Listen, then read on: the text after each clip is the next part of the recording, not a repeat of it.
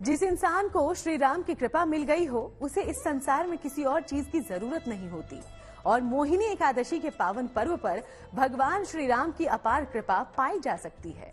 एकादशी के व्रत के साथ ही जुड़ा है दान का महत्व भी, लेकिन दान के भी होते हैं कुछ नियम।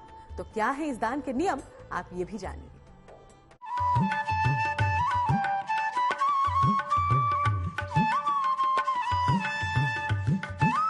हर महीने का अपना एक महत्व है।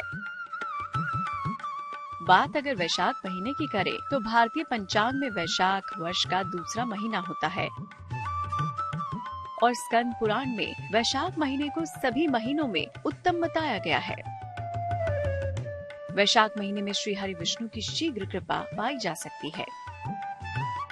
ये महीना नारायण का सबसे प्रिय महीना है और प्रभु राम की महाकृपा दिलवाने वाली मोहिनी एकादशी का फलदायी व्रत बेहद ही महत्वपूर्ण माना गया है।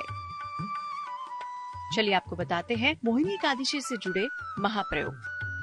मोहिनी एकादशी पर करें महा उपाय। अपनी उम्र के बराबर हल्दी की साबुत गांठ पीले फलों के साथ भगवान विष्णु के मंदिर में अर्पण करें। विष्णु सहस्त्र नाम का पाठ करें। पाठ के बाद फलों को जरूरतमंद लोगों में बांट दें। हल्दी की गांठों को कपड़े में लपेटकर धन रखने के स्थान पर रखें।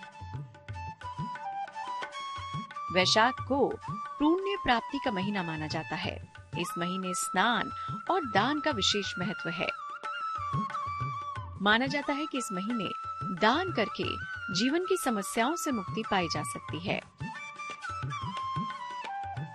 और जीवन में दान का प्रभाव ऐसा है कि इससे अक्षय पुण्य प्राप्त होता है।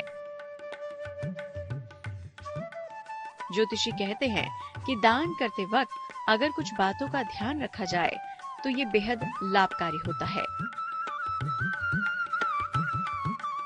इसलिए हम आपको बता रहे हैं कि दान के दौरान किन सावधानियों और नियमों का ध्यान रखना है बेहद जरूरी। एकादशी के दिन हम लोगों को दान एकादशी में नहीं करना चाहिए, द्वादशी के दिन करना चाहिए।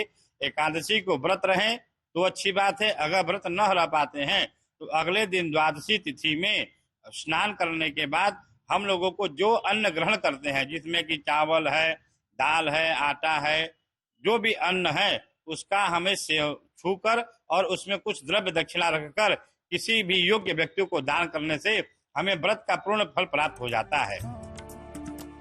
दान कभी भी किसी दबाव में नहीं देना चाहिए। दान कभी भी ऐसे व्यक्ति को नहीं देना चाहिए जो कुपात्र हो। जो भी वस्तुएं दान में दी जाएं, वो उत्तम कोटि की हो। कुंडली में जो ग्रह महत्वपूर्ण हो उनका दान कभी ना करें। दान में मांस, मदिरा आदि वस्तुएं ना दें तो उत्तम है, क्योंकि ये वस्तुएं लाभ की जगह हानि पहुंचा सकती हैं।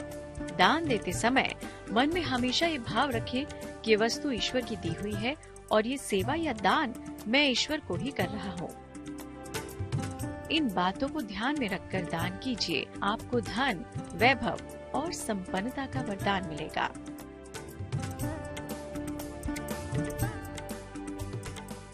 आप भी जीवन की तमाम छोटी बड़ी समस्याओं का समाधान कर लीजिए। इस चमत्कारी व्रत के महाप्रयोगों का लाभ उठाइए।